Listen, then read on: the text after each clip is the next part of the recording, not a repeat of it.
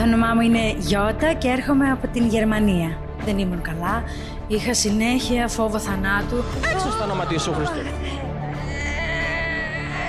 Στο όνομα του Ιησού Χριστού. Ήταν σαν να πέθαινα κάθε μέρα. Μπορεί να ήμουν μέχρι και 20 φορές τον μήνα στο γιατρό μου. Θα πεθάνει. Δεν θα πεθάνει, θα ζήσει για τη δόξα του Θεού. Δεν ήταν ότι απλά ένιωθα ότι θα πεθάνω. Είχα κανονικά συμπτώματα. Σε διακηρύττω ελεύθερη στο όνομα του Ιησού Χριστού. Κάτι δεν πήγαινε καλά λοιπόν. Έμεινα έγκυος στο παιδί μου, το γέννησα.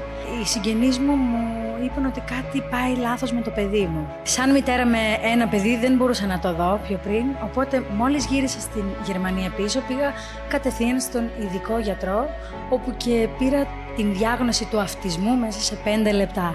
Υπάρχουν κάποια βασικά πράγματα που κάνει ένας αυτιστικός στην παιδική ηλικία και αυτά είχε και ο γιος μου. Δεν εστίαζε καθόλου σε εμένα όταν τον φωνάζα το όνομά του. Περπατούσε στις μύτες των ποδιών, έκλεινε τα αυτιά του.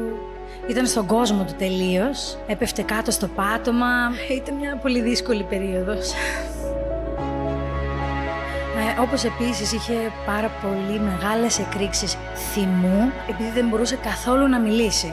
Και γενικά έκανε πράγματα τα οποία δεν ήταν φυσιολογικά να κάνει ένα παιδί της ηλικίας του. Και ο Στέφανος πιο πριν δεν μιλούσε καθόλου, μόνο έβγαζε κραυγές. Στον παιδικό σταθμό ο Στέφανος δεν είχε κανένα απολύτως ενδιαφέρον για τα υπόλοιπα παιδιά. Ήθελε να είναι μόνος του, έκλεινε και τα αυτιά του, πολύ απομονωμένος. Και ποιος γονέας δεν θέλει να δει το παιδί του να καταφέρνει τα πράγματα. Εγώ έβλεπα ότι το παιδί μου δεν μπορούσε και σαφώς ήμουν πολύ στενοχωρημένη, αβεβαιότητα.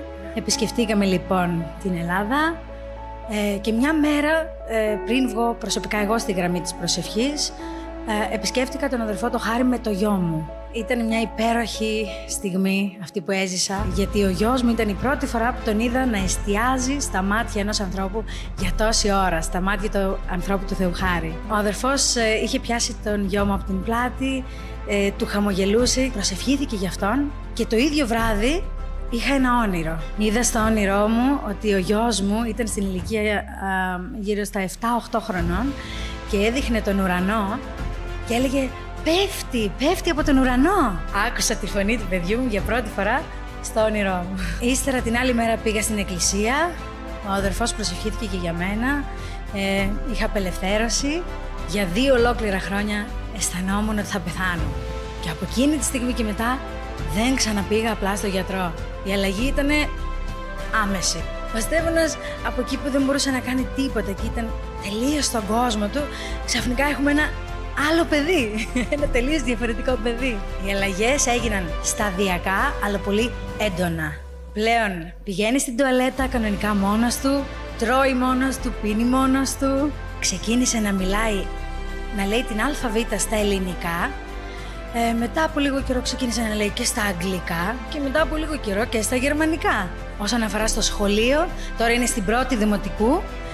Και οι αλλαγές εκεί είναι πραγματικά απίστευτες. Ο Στέφανος πια διαβάζει, κάνει μαθηματικά, ενδιαφέρεται να κάνει παρέα με τα παιδιά της τάξης του και όχι απλά κάνει παρέα, αλλά συμμετέχει σε όλα. Οι δάσκαλοι του Στέφανου, από την ημέρα που γύρισα στη Γερμανία από την εκκλησία, δεν μπορούσαν να καταλάβουν τι συνέβη μέσα σε 6 μήνες. Είχε ξεπεράσει το μυαλό τους αυτό που συνέβη, η επιτυχία. Για τα μαθηματικά πάει στην 3η τάξη να κάνει και ύστερα γυρίζει ξανά στην 1η. Αυτό είναι ένα ντοκουμέντο από μια επιτροπή μόλις τελειώσει ο Στέφανος τον παιδικό σταθμό, όπου αναφέρει μέσα όλη του την εξέλιξη και πόσο γρήγορα ήρθε αυτή η εξέλιξη. Γενικά έχει και πολύ μεγάλο ενδιαφέρον στο να μάθει. Μας ρωτάει συνέχεια τι είναι αυτό, τι είναι αυτό, τι είναι αυτό. Μάμα μου. Φι, Σα, 72. Εγώ βλέπω ένα παιδί που στο μέλλον θα είναι ανεξάρτητο, θα είναι έτοιμος να συνεχίσει τη ζωή του μόνος του. Δεν έχω πια αυτή την αβεβαιότητα που είχα πριν. Ο γιος μου είναι η αιτία που εγώ κατάλαβα ότι ο Θεός είναι ζωντανός. Συμβουλεύω κάθε γονέα εκεί έξω, επειδή η ζωή θα έχει πάντα προβλήματα και επειδή ο Θεός μας έχει υποσχεθεί όμως ότι πάντα θα υπάρχουν λύσεις μέσα από Αυτόν, να εμπιστευτούμε όλα μας τα βάρη σε Αυτόν. Πάντα θα βρεθεί λύση έτσι. Φυσικά θα Τον υπηρετώ μέχρι το τέλος της ζωής μου.